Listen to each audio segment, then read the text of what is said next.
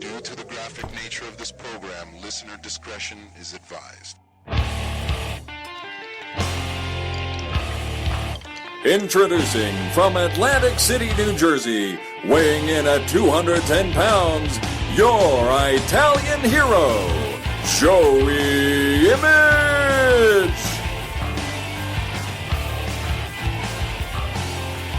1640 PWPR. How are you, everybody? Joey Image here, that Image guy, and it is Friday. It's Friday, gotta get down on Friday. It's also Labor Day weekend, which means pools and booze and barbecues and all that good stuff for the end of the summer. It's been a pretty good summer so far. Over in a couple of weeks, we're getting ready to bring in the little cooler, chillier weather, and then on to Christmas and then New Year's, and then we do it all over again next year. I got a couple of requests this week from listeners on my Twitter and my Facebook, and people want to hear some road stories. I'm only going to give you a few right now. I don't have a lot of time to get this episode recorded and edited and uploaded, so I'm only going to give you a couple, but they're going to be good, and they're not going to be anything crazy. And some of the crazier ones, they have to stay, they have to stay locked away in the vault, as they are not for public consumption in some cases. But I do have time for 3 or 4, and I'm going to make these quick so as hopefully not to bore you. I'm going to start off in New Jersey. I did a convention called Wrestle something or other. I don't even remember. Retro Slam. That's what it was. Retro Slam in 2005. Actually, right around this time, sometime in September 2005, in Summit, New Jersey. It was run by a former independent promotion named SSCW, Stars and Stripes Championship Wrestling, from a promoter right out of Lyndhurst, New Jersey. And I went down there. I had a table, with autographs or 8x10s or whatever, for, I guess we were doing 3 or 4 hour blocks at a time. I'm a nobody, I'm just an independent guy, so I was there all day. The bigger name stars were there for 3 or 4 hour blocks. But, I was there, by myself. I had a table next to, I think Tara Bush, who was a WEW wrestler for a little while. She does customs and things like that now. But I had a table next to her, and then a little bit down next to us was, there was a big open area where you can go. You go in through into the lobby of the hotel, and then it was in like a big banquet room. So we were right by the doors, the entrance doors, and then down further there were more tables or whatever. But I remember this convention began at 10 a.m. and I had to be there. I think they wanted us there just to check in and make sure we were all good to go by 9. So I had shown up about 8:30 just to get my gear ready and get my table set up and all that crap. And then I wanted to get there early, get stuff done, and then get food, get something in me before we kind of started mingling with fans and talking to fans or whatever. So I got there around 8:30. I remember being at a table where Jason Koba had his stuff, and Sound Impressions had his stuff set up. So I remember this is probably 8:30, 8:45 in the morning, and I remember walking in and putting my stuff down, getting my table set up, which only took maybe 10 or 15 minutes. And once I was done, I went over to talk to Jay Koba, who again runs Sound Impressions. So I was over there talking to him, and it's probably about 9 o'clock now, and I hear, like, from behind me, hey Joe, come here. So I don't know who's calling me. Not a lot of people call me Joe. They usually call me Joey, especially in a wrestling environment. And again, this was a wrestling event, so it was odd for someone to call me Joe. But I turned around, and Balls Mahoney is sitting there. So I know Balls. I had met Balls a while ago at this point, a few years prior. Again, this was 2005. I had started just at the end of 1999 is when I actually enrolled in wrestling school. So I think I'd met him shortly after. Actually, I met him before I started training. I met him at a CWF show at Skaters World in Wayne, New Jersey. So I had known him for a few years now. But there was his table was right there. There was a couple tables around him that weren't yet set up. And so I guess that kind of gave some people the impression that this was going to start late, or that these guys were just coming late to set up. But with the amount of empty tables there were as compared to the amount of of those of us who had already set up our gear, it seemed like nobody was in a real hurry to be there on time. So we figured we had some time, we could relax, we could hang out, we could chill out a little bit. So anyway, I hear my name, turn around, Balls Mahoney's calling my name. He's reading a book, which was surprising to me. I never pictured him as a big reader. But he's reading like this little, I'll never forget, he was reading this little like paperback novel. I don't know what it was called, but it was a lot of pages, not something I would have read. But anyway, I turn around, Balls is there, and he goes, "Hey, you want to go take a ride?" And I go, where are we going to go? It's like 9 o'clock in the morning, we got to be back here to do this thing. And he's like, "Oh no, let's just go get some beers." And I'm like, "All right, cool." I said, it'd be nice to have a beer with lunch later. Because I was going to stop around 12:30, 1 o'clock, go grab lunch, have somebody watch my stuff while I came back. Until I came back. But then he goes, no, I mean like for now. So I go, you want to drink beers at 9 o'clock in the morning when normally I wouldn't be opposed, I guess, but it's kind of early and I've got this thing to do. This is my first convention. And he's like, "Oh, let's just go." I'm like, "Okay." So we take off, and we got to the car, and he's got this, like, greenish, like this dark greenish, like leaf green almost. Well, I think it was a Camaro, like an 83, 84 with T-tops and no inspection sticker on the window or anything. It was great. I had a Camaro. My first car was a Camaro. Incidentally, and I loved it. I would love to have another one that year, though, like around that, or that body style, I should say. But anyway, so we get in the car, we drive to some grocery store, or whatever. We're in there walking around. I'll never forget, as soon as you walk in, I don't remember the name of the store, but as soon as you walk in, they had a huge refrigerated case on the left, just full of nothing but cheeses, which I thought was awesome. So he grabs a giant, like one of those fresh mozzarella, blocks of cheese, but the round ones. So he grabs that because it grabs a round, like, it's almost like the size of a baseball, this thing, a big piece of fresh mozzarella. And then we go in the back, and he's looking for drinks, or he grabs like a 6-pack of something. And then, actually, we each grabbed a 6. He grabbed a 6, I grabbed a 6 of Coors Light, I think.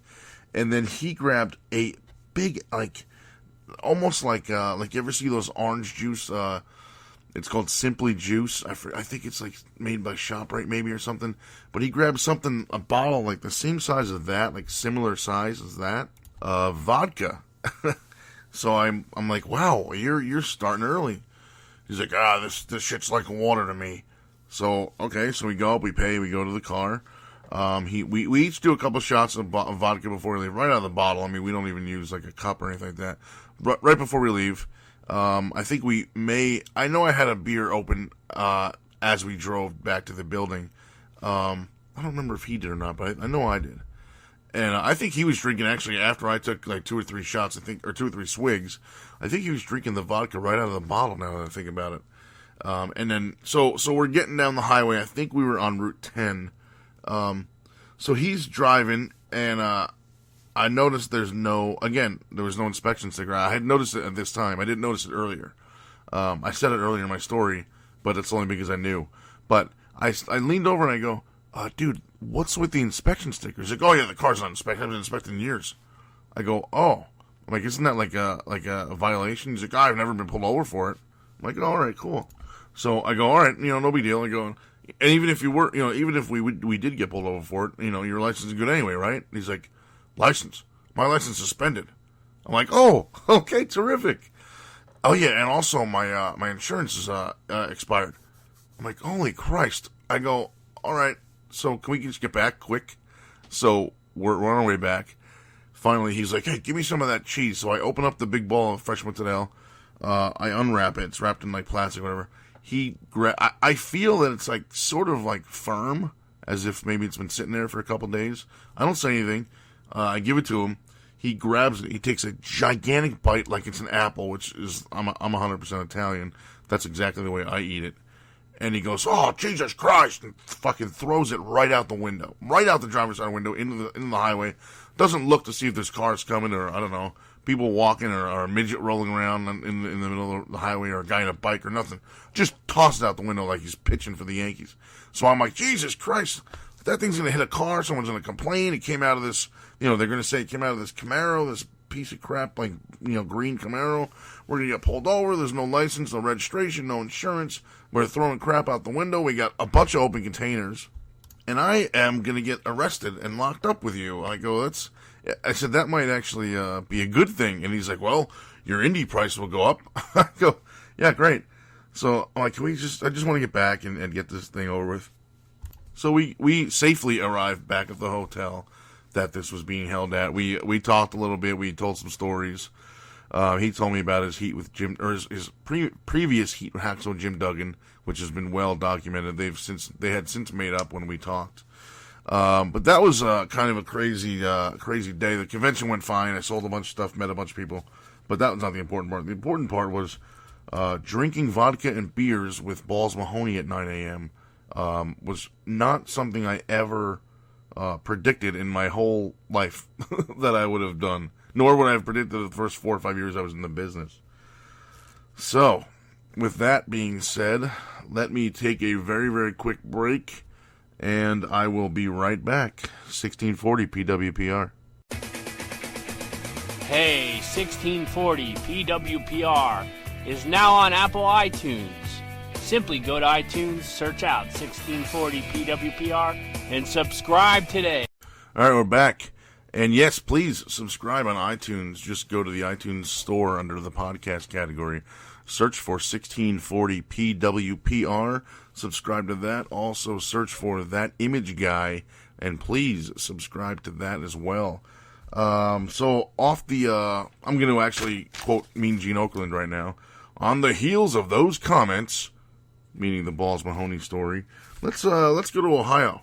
I worked in Ohio in 2007, either 6 or 7 or 8 or all three, one of those, or all three of those actually.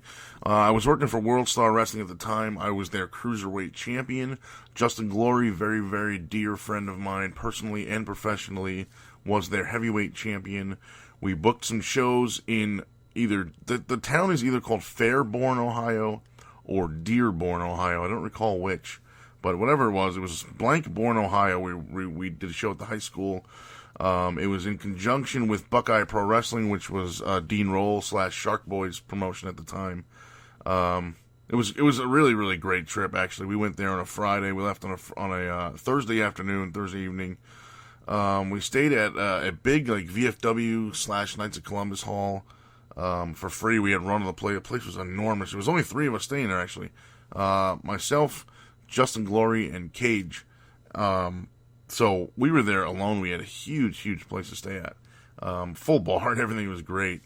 So we went there on a Thursday evening, and then we went to a show on Friday, which was a Les Thatcher HWA show. I don't remember who was on that show. I only remember meeting Abyss, and that was because we met him without his mask, and he introduced himself as Abyss, and I didn't really, I didn't recognize him. Obviously, I didn't know who he was without his mask at the time. And then I had seen him and met him again a year or so later. But anyway, so we were in Ohio. Our show was on Saturday. The show we had gone to, the HWA show, was on Friday. So again, we were in conjunction with Buckeye Pro Wrestling, which was Shark Boys promotion. So on Saturday, we had a couple of their matches and a couple of our matches. So I remember Saturday night after the show, we were in the VFW. We left on Sunday. We spent the night there and left on Sunday.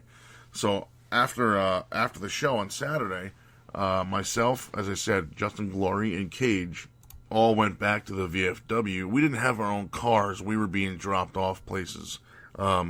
The promoter, Johnny Glitter, he had a van with him and his wife's car. So they took their car and they used the van they rented. So none of us were able to drive it. So we couldn't really go out anywhere after the shows or anything like that.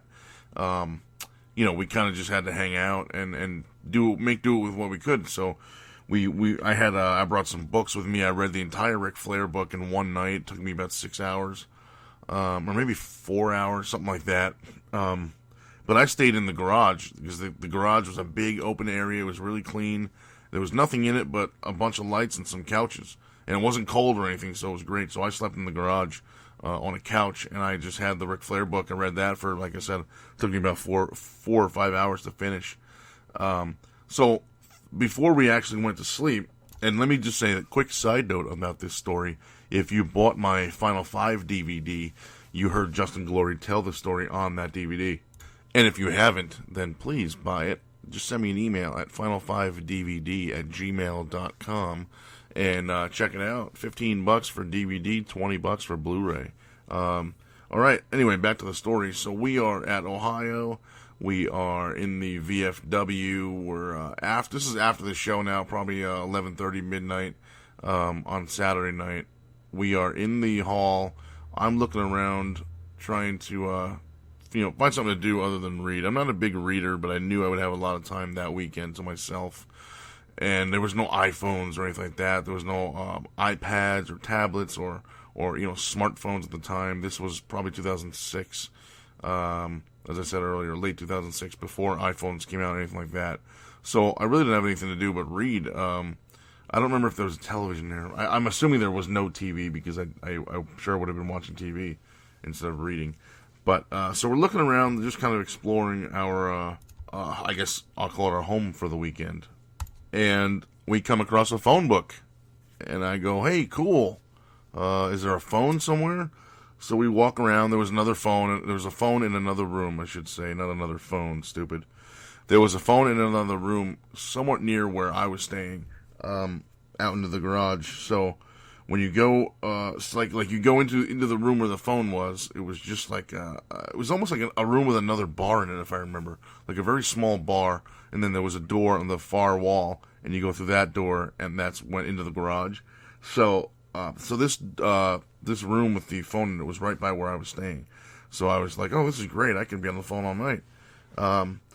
So I'm looking through the phone book, and we're just screwing around or whatever. Just, boys will be boys. So I go right to the E section in the yellow pages. And E, of course, for escorts, which are hookers. So I'm like, hey, let's call some hookers. I don't have any money. I'm not going to buy hookers, but I think it'd be funny to call some and just get their prices and talk to them or whatever and see what they're doing, what they're doing tonight, if they're booked or whatever. So nobody thought this was a good idea but me. So they're both like, you're crazy. So this is what I did anyway. So I'm calling up hookers out of the phone book, escort services. And again, this is 11:30 midnight, probably 12:30, 1 o'clock in the morning by now after we get in, we get settled. There were showers in the building, blah, blah, blah. So I'm calling escort services. And I'm getting, I'm dialing numbers, the phone's ringing, and I'm getting, hello? And I'm like, hey, is this such and such? No, wrong number. And then, they hang up. Or I would get, who the hell's calling this late? And then they would hang up. And this happened 3 or 4 times. And I go, I don't understand. I'm like, what, I'm thinking, what escort service, first of all, closes, at all, and what is closed at midnight on a Saturday night. Guys want to get laid. They're going to call whores if they're not, if they're single or whatever. Or if they got the money, or if they want to get laid or whatever it is. So I'm like, why would they, I don't understand why they would close. So I tried another couple more, nothing. And finally, I kept getting the same thing. Wrong number, hey, it's so late, don't call here this late, you dick, blah, blah, blah. So finally I go, you know what, I give up. No, I'm not getting anything here. I don't really understand. So I close the book. I go to put it on the shelf, and as I'm walking over to the shelf where I got the phone book from, I happen to notice that the cover says, Dearborn or Fairborn, Ohio, local phone book, 1997. And I go, holy shit. Actually, I think it was Glory that brought it to my, well, it was me that noticed that it was 1997. I think it was Glory that said, you know what, all these phone numbers in there, this is almost 10 years old. Those phone numbers are probably changed by now, and most of the ones you called are probably residential, which is why you're not getting whores. You're getting old ladies that are asking why I'm calling so late and telling me I have the wrong number when I ask them for Stop and Suck Deluxe or whatever. So anyway, so that was a really, really funny story. Yeah, I mean, it may have been a you had to be there story, but if anybody in that area got a phone call, at 1 or 2 in the morning from a guy looking for a whore in whatever the hell 2006, it was just a joke. I wasn't really looking for anybody. I didn't have any money anyway. And B, I'm sorry, I had no idea. I didn't even realize. Oh man. So anyway, how's your week been, everybody? It's Friday, as I said. My last episode I think I did was on Monday. So it's been all week that I haven't done an episode, and I usually like to do at least 2 to 3 a week. So this is my second for the week. I wanted to give a little space in between. I thought I had initially said I wanted to do one per week, but then I did like 3 or 4. I think I did 6 episodes in my first week and a half to 2 weeks. And I didn't want people to hear that much all at once and kind of get burnt out on me already, or get bored already, or not have enough time to listen to one episode before I release a new one. So I figured if I waited until this weekend, or even, I almost didn't even do anything today. I almost planned on waiting until Monday or Tuesday to do an episode. But I figured I didn't want it to be too long in between, but at the same time, again, I didn't want to come out with my episode this past Tuesday, which was recorded on Monday, and then people say, oh, all right, good, here's Tuesdays, and then, Wednesday, like, hey, here's another one. I don't want it to be too soon. I want people to have time to listen to all of them, to get caught up. In fact, a lot of people tweeted me this week saying, hey, I just finished episode 7 and I'm caught up, or hey, I'm in the middle of episode 7, I'm getting all caught up, which is good. So now this is episode 8, and hopefully people will be caught up until now. Obviously, I'm on iTunes and SoundCloud, so it's not a big deal. If you're not caught up, you're not caught up. You download it when you are. But I just didn't want to do too much too soon, if that makes any sense. So I'm coming up on about 23 minutes here, 22 minutes. I want to do one last story before I get out of here. I do have stuff to do, and then I've got to, it's a holiday weekend. I've got things to do this weekend, so I need to sort of skedaddle pretty soon. So I'm going to leave you with one last story. And again, like I said, I may do more in a future episode, maybe my next episode. If people would like to hear more road stories, please let me know. Tweet me at JoeyImage. Send me a message on Facebook or a post on my Facebook wall at facebook.com/realjoeyimage. Please buy my t-shirts. Please, I'm absolutely begging you. ProWrestlingTees.com/JoeyImage. And you can find all this stuff at thatimageguy.com, my website, which is not too fancy, but it is being worked on. It's a work in progress. So with that, my last story is not really a crazy road story or anything. It's just a fun time, or I should say it's a story about a fun time I had a couple years ago over a weekend. I think it was 4 days, Thursday, Friday, Saturday, Sunday, that I spent with friends in the wrestling business, some of which you may have heard of. This event was called Bustin' for Autism, as in Ghostbusters. It was an autism charity event in Houston, Texas. Actually in a city called Katy, Texas, right outside of Houston, kind of the outskirts. But I was there for this benefit. We did a convention. It was actually really, really cool. It was for a terrific cause, and I hope to go back there very soon if I could. If I'm booked, I'll be there. People have asked me since that event, when will I be back? And of course, I mean, that's up to the promoters. When I am booked, I will be there. I hope to go there again soon. It was really, really cool. Basically, I'll just tell you the whole story the whole weekend, I guess. I'm going to try to make it as short as possible, or I'll just make short story long. And I got picked up on Thursday at the airport in a limo, which blew my mind. Myself and one other person got picked up in the limo. Again, blew my mind. Crazy. I don't deserve a limo. I don't even deserve a Lincoln Town car. You can pick me up in a Chevy Chevette, and I'll be happy. As long as it's not a bicycle, then I'm fine. Because then, well, actually, if it's a bicycle built for 2, I wouldn't be thrilled, because then I have to do some of the work and some of the pedaling. If it's just a bicycle or a motorcycle, then I'm okay. Don't pick me up on a skateboard either, please. That's kind of rough. Anyway, picked up in a limo, brought to my hotel. Gorgeous hotel. It was one of those extended stay places. So I had a full kitchen in there. It wasn't separate rooms or anything like that. It was one room, but it was a full kitchen, full bathroom, obviously, shower, toilet, and bedroom, and had a VCR, had a DVD player, had a little dining area with a table and 4 chairs. It was really, really awesome place they put us in. I didn't spend a lot of time there, though. I was just there really to sleep and to get my stuff situated after each day's events. It was a Friday, Saturday, and Sunday event. They brought us out a day early. But it was the whole card, at least wrestling wise, was myself, Tonk Man, Gene Snitsky, Hacksaw Jim Duggan, Sergeant Slaughter, Rikishi, and Mike Kingston from Headlocked. And Hacksaw Jim Duggan. Oh my God, I'm sorry. I think I forgot to mention him. Hacksaw Duggan. But I just can't tell you the most amazing time I had that whole weekend. That is by far the coolest weekend I've ever had since I've been wrestling. My most fun weekend. We got to, we did autographs, we did pictures with people. I had fans that brought me food. A fan brought me homemade venison jerky.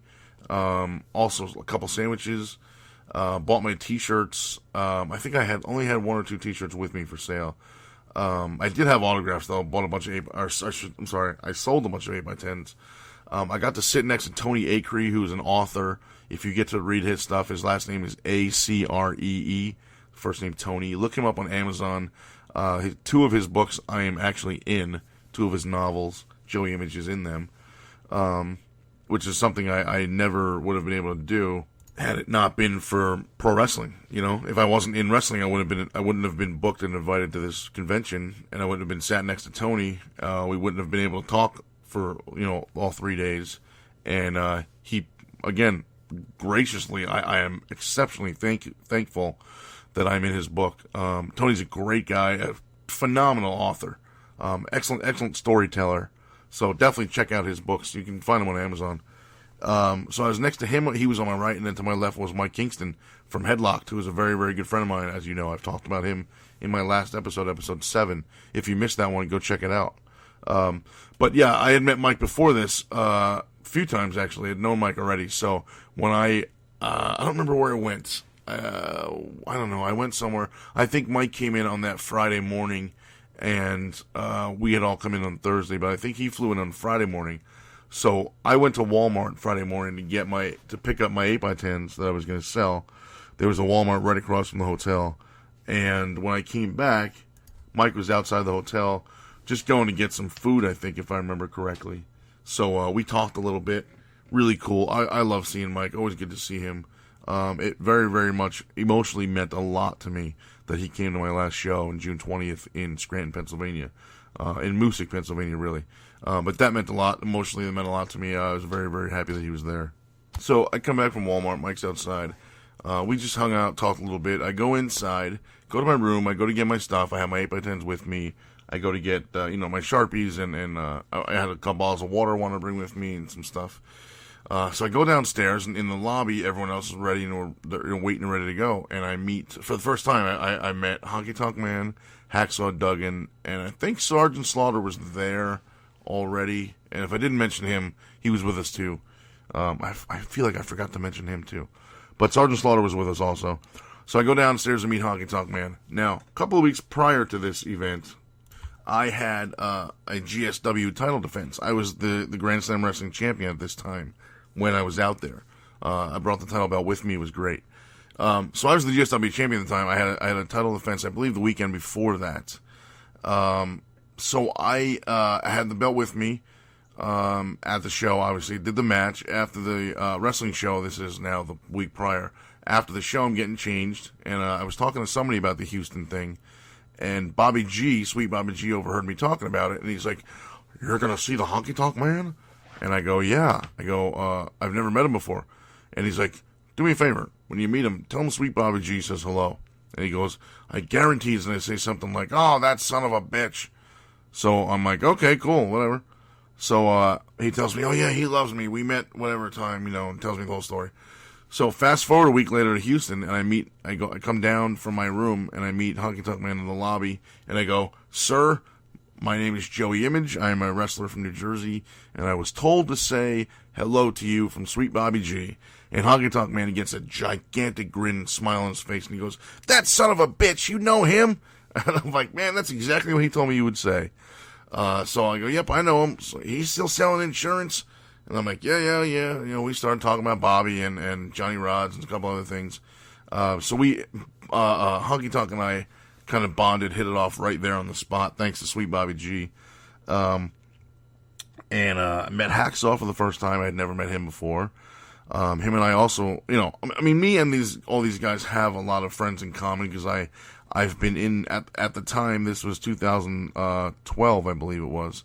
So at the time, I had already been in wrestling for 12 years, so I knew a lot of people. We had a lot of friends in common. So whatever, we went to the convention, got to hang out with all these guys. We took a whole bunch of group pictures. The first night we were there, actually Thursday, we all did dinner together. So I got to have dinner with, or at the table with Gene Snitsky, with Hacksaw, Duggan, and I think that's it. And Rikishi was there as well. I don't know if I mentioned him either. He's actually the one that, he's the one guy that I hit it off with, all weekend. Him and Snitsky and myself, I got along with both those guys great, and to this day I still keep in touch with them. Honky Tonk, Hacksaw I've talked to a couple times since then. Sergeant Slaughter I've had zero contact with. He was very, not too social the whole time we were there.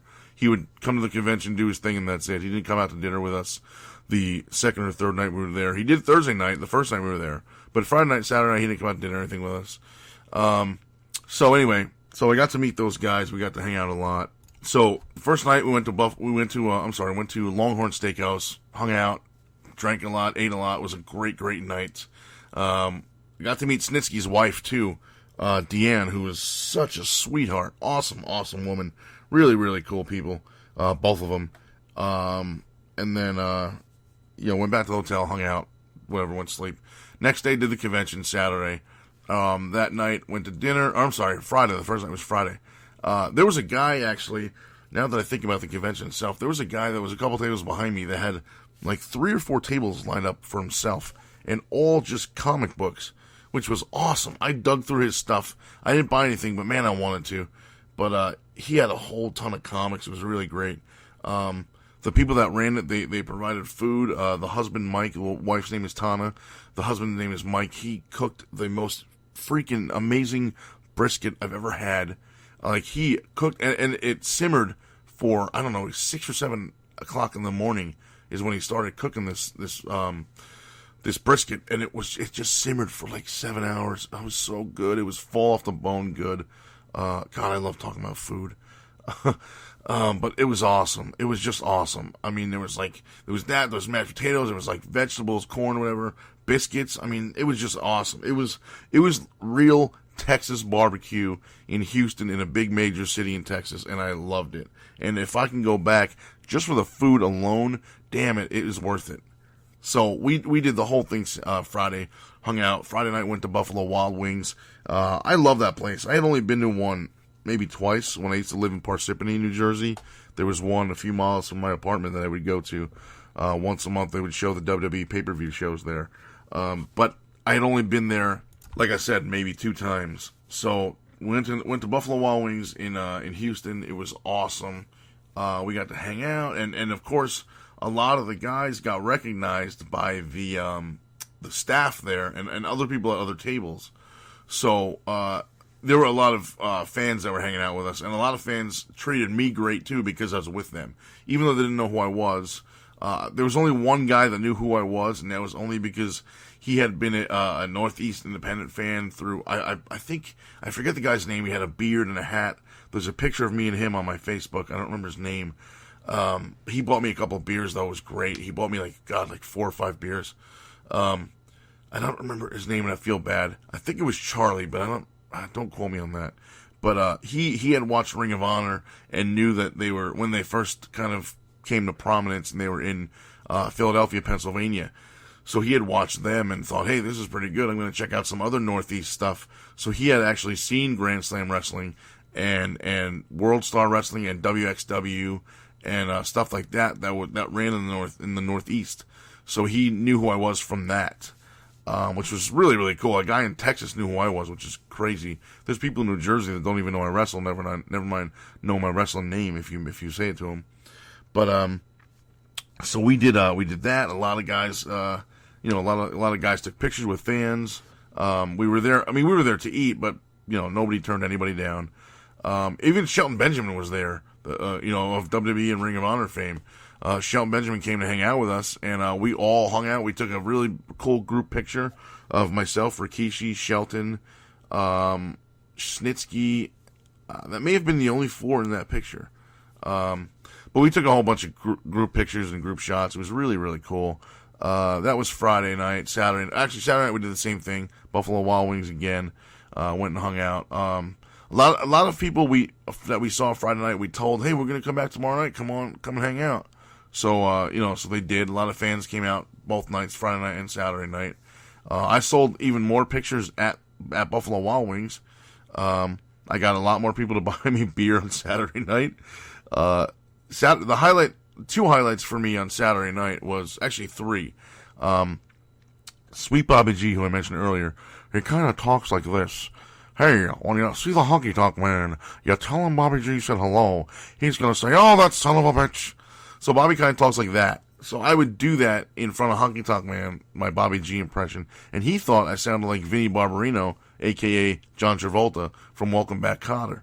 So Honky Tonk would grab me by the arm and pull me around Buffalo Wild Wings to other tables to tell me, hey, you gotta listen to this fucking kid doing his Vinny Barbarino impression. Do it for him, Joey, do it for him. So I would do, hey, how you doing tonight? You enjoying your chicken wings? Or whatever the hell I said. But Honky thought it was the greatest thing in the world. So all night long, and this is like for 2 hours, an hour and a half, 2 hours, he's just dragging me from table to table. He got smashed and pulled me into the kitchen at one point, and they threw us out. You gotta hear Vinny Barbarino. I'm like, oh my God. So that happened. That was one highlight. Another highlight was Honky Tonk Man ordering a beer, not paying for it, just ordering it, having it delivered to him, picking it up and walking out the front door and going back to the hotel. And they're like, sir, you can't leave with the glass. Sir, you can't. Okay. And he just kept going. Never even looked at the woman telling him, you can't leave with our glass. So I told her, look, just put it on my bill. I'll take care of it. So I paid for it, but it was terrific. Another highlight was Saturday night. Honky Tonk Man was telling people, hey, tomorrow's the last day of the convention. Here's the address. He was, basically plugging the show, trying to get people to show up. Anyone that said they couldn't make it, he said, all right, how about you buy me a beer right now and I'll give you an autograph. So he had a stack of 8x10s with him. So everyone that did that, and that was only the first couple. After that, it became, buy me 2 beers, I'll give you an autograph. So, still working about an hour and a half, maybe an hour. But Jim Decker was like, okay, we gotta get 9 beers lined up in front of him. And then Jim Decker, we gotta get up early, go do the thing, and then we gotta run right to the airport. We need all the rest we can get. So Honky was like, man, I got all these beers right here. I'm going to drink all these beers. That's an awful Honky Tonk Man impression, by the way. So Jim was like, dude, I'm going to get going. I got to take off. We got to get up, get everything situated because we have to pack because we're leaving from the convention to go right to the airport. So he finally said, all right, let me have one more. Let me just finish this beer and drink it now and we'll go. So Honky finishes his beer. We take a couple more pictures. He does some more autographs. This time he didn't get any more beers because he was already done. He says goodnight to me. They are about to leave, and he goes, hey, kid. I go, yeah. He goes, Joey, would you want to finish my beers? I mean, I feel bad. All these people paid for my beers, and, I gave them autographs, and I can't drink them. I gotta get going. Gotta get up real early, to prepare for the thing, and I gotta pack all my stuff and everything. I still want to hit the gym, all this stuff. So I go, dude, I would absolutely love to finish your beers.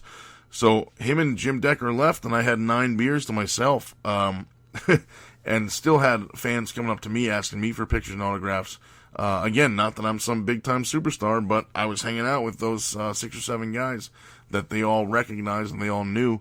So to them, I guess, as some of those Texas people, I may have been a superstar myself, or maybe I was up and coming. Maybe I was an FCW guy. They didn't know. But, I talked to a bunch of people, of course, told them who I was and why I was there and everything. So a lot of people just bought me beers, I think, almost out of respect, just for the fact that I am a wrestler and that they know who I am, they respect what I do. So I don't want to come off as I'm saying, hey, I'm some big superstar.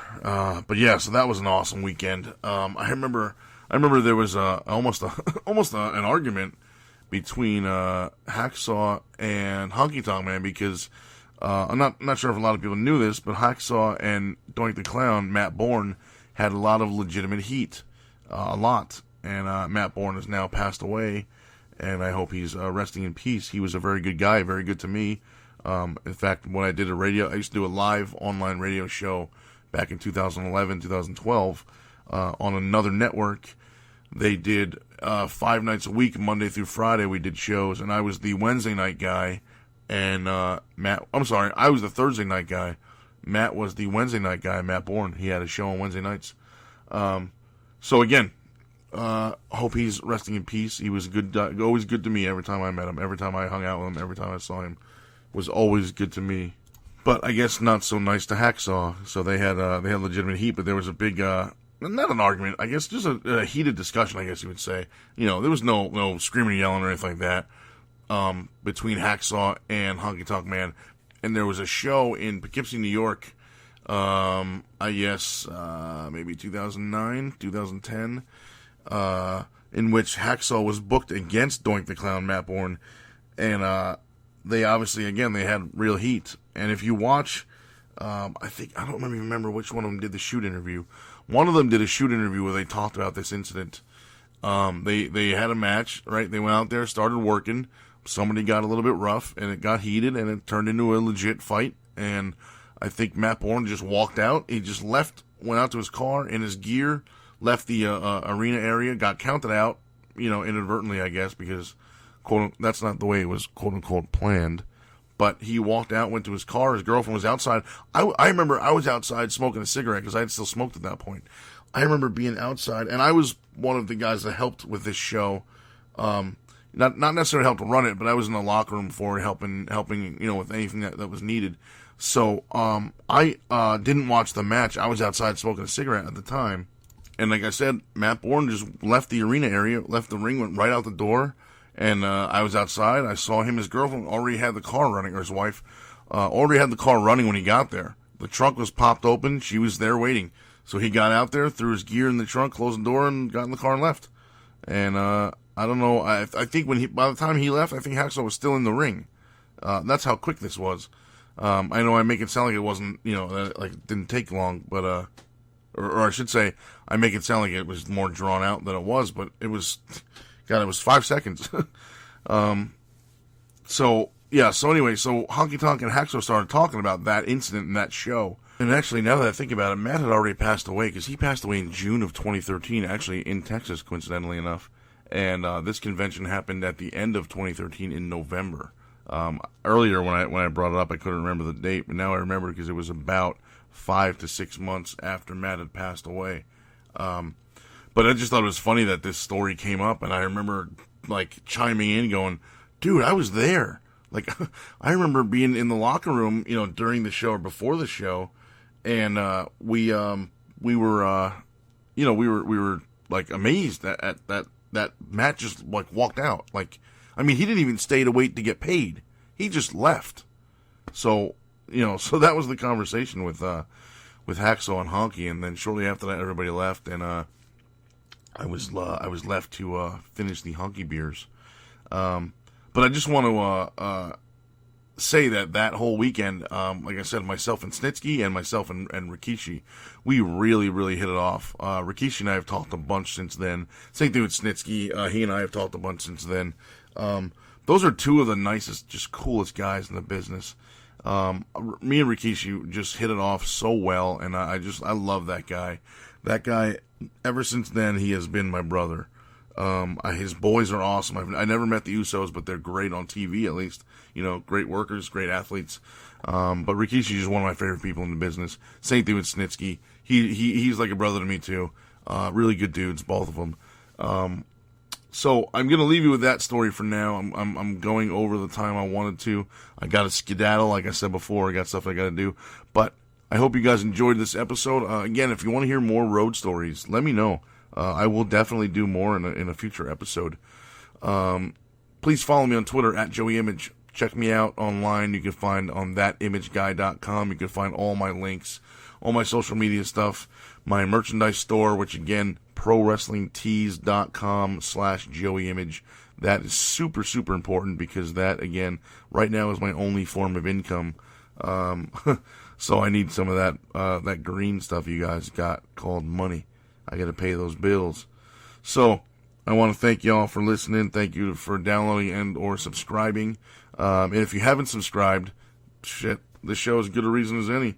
Hit up iTunes, subscribe to me on iTunes. You can also subscribe to 1640 itself, the network, the entire network, and get all of our shows through our feed on the Spreaker app. It's SPREAKER.com, the website, and the app, again, Spreaker. So again, thank you very much for listening. Joey Image for 1640 PWPR. Hey, how you doing? This is King Firehawk from the King Firehawk Show.